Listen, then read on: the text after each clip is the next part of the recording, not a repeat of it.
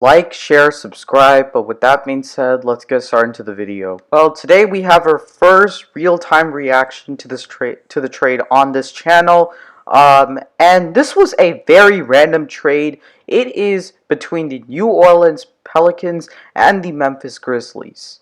So the trade is the following, and it is from Adrian Wojnarowski or Woj, and it says, breaking, Memphis is finalizing a trade to send Jonas Valanciunas and picks 17 and 51 in this year's draft class to New Orleans for Steven Adams, Eric Bledsoe, picks 10 and 40 in this draft class, and a protected 2022 first-round pick from the Lakers, sources tell ESPN. Then tweeted again, saying New Orleans creates salary cap space for August that allows them to either match an offer on Lonzo Ball or has cap space to pursue a significant free agent point guard, including Kyle Lowry and others. Pels like Valanciunas as a floor spacer at center over Adams too.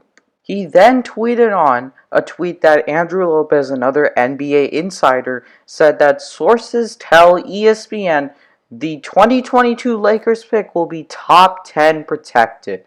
Now, in the beginning of the video, I did say this is a random trade. Now, actually, it's not a random trade because we did get rumors of this, if not yesterday, like a couple of days ago, saying that the New Orleans Pelicans and the Memphis Grizzlies were discussing or finalizing a trade, not finalizing, but discussing a trade where they would send 17 to New Orleans 17 to New Orleans and 10 to Memphis, along with Eric Bledsoe. Now, we did not know that Jonas Valanciunas and Steven Adams were part of this deal. That's why I was shocked by this trade. I just assumed it was going to be Bledsoe and pick swapping. No, it's more than that. And this trade is massive for both sides. So let's talk about it first for New Orleans.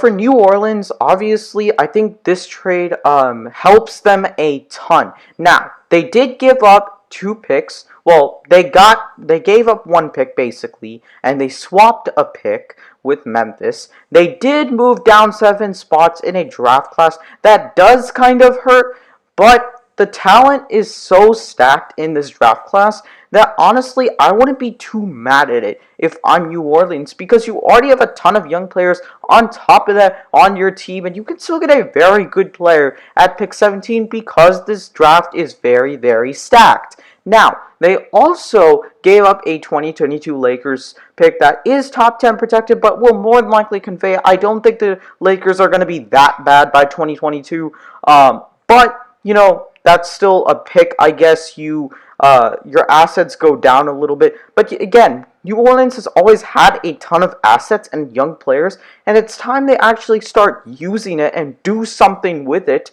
rather than just drafting young players and just doing nothing with those young players. So I think this was a very smart move by New Orleans. Not only that, they get rid of Adams and Bledsoe, who, by the way, was hurting their salary cap space in order to either re-sign Lonzo Ball or Kyle Lowry, or sign Kyle Lowry, which was said in the beginning of the video.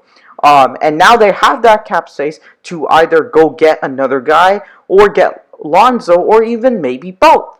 Right? So then also, by giving away Adams and Bledsoe, you take away Bledsoe, which gives you more spacing in the backcourt, which was a huge problem last year, as well as Valanciunas is a little bit better three-point shooter and floor spacer. So it makes sense to do this trade for New Orleans' part. So in my opinion, New Orleans gets a solid B+ for now. Again, these grades can change basing off the draft. And again, they did swap second-round picks, I believe, but that's not that big as the first-round picks and the players. And then when we go to Grizzlies side of things, this is a little bit confusing. Yes, Valanciunas is on an expiring contract, and he's a little bit older. I believe he's 27 years old, so he really doesn't fit in your timeline. Just outright getting him, in my opinion, is a little bit confusing, because now you replace him with a guy like Steven Adams, who hasn't been doing that well recently, especially on the New Orleans Pelicans, and Eric Bledsoe, who didn't really do a single thing in New Orleans. So now you put a logjam there in the backcourt, although I believe there was a report saying that Bledsoe is not going to be part of the long-term future, and the Grizzlies will look to either move him or buy him out this offseason. Makes complete sense because he gives you no floor spacing whatsoever, so it makes sense there. But then Adams, not only is he older, I believe, than Valanciunas, or like around the same age,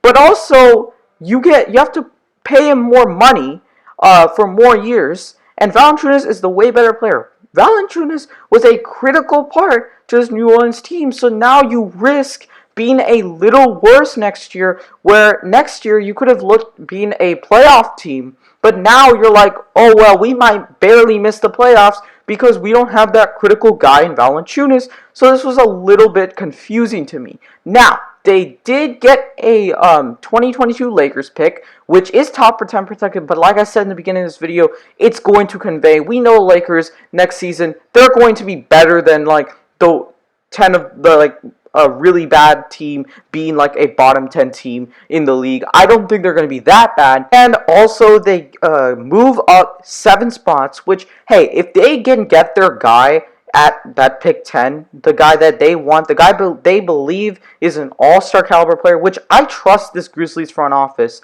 They're very smart front office, as they've shown time and time again. So yeah, maybe they might get their guy, but it's possible that pick 17 is also, the New Orleans also gets a very good player. So I don't really understand that. Now, Memphis does plan on not keeping the 10th pick. They want to move up even more and get a Kuminga and Bouknight, which is very interesting. Would be great players to this team, but still, you already gave Valanciunas. Are you really going to try to give up more players, more and more, until you basically have Ja Morant and Jaren Jackson Jr., and now you're basically a mediocre team that isn't going to make the playoffs? Like, that's a little confusing to me if I'm Memphis. But again, Memphis is a very smart front office, so I trust them. But for Memphis on this one, I gotta say, I'm going to give them for now a C-. I'm going to be a little bit nicer to them. But still, it's a little like weird that they did this trade, giving up a critical part to their like playoff team, and taking on salary cap, and getting their floor spacing is now way worse.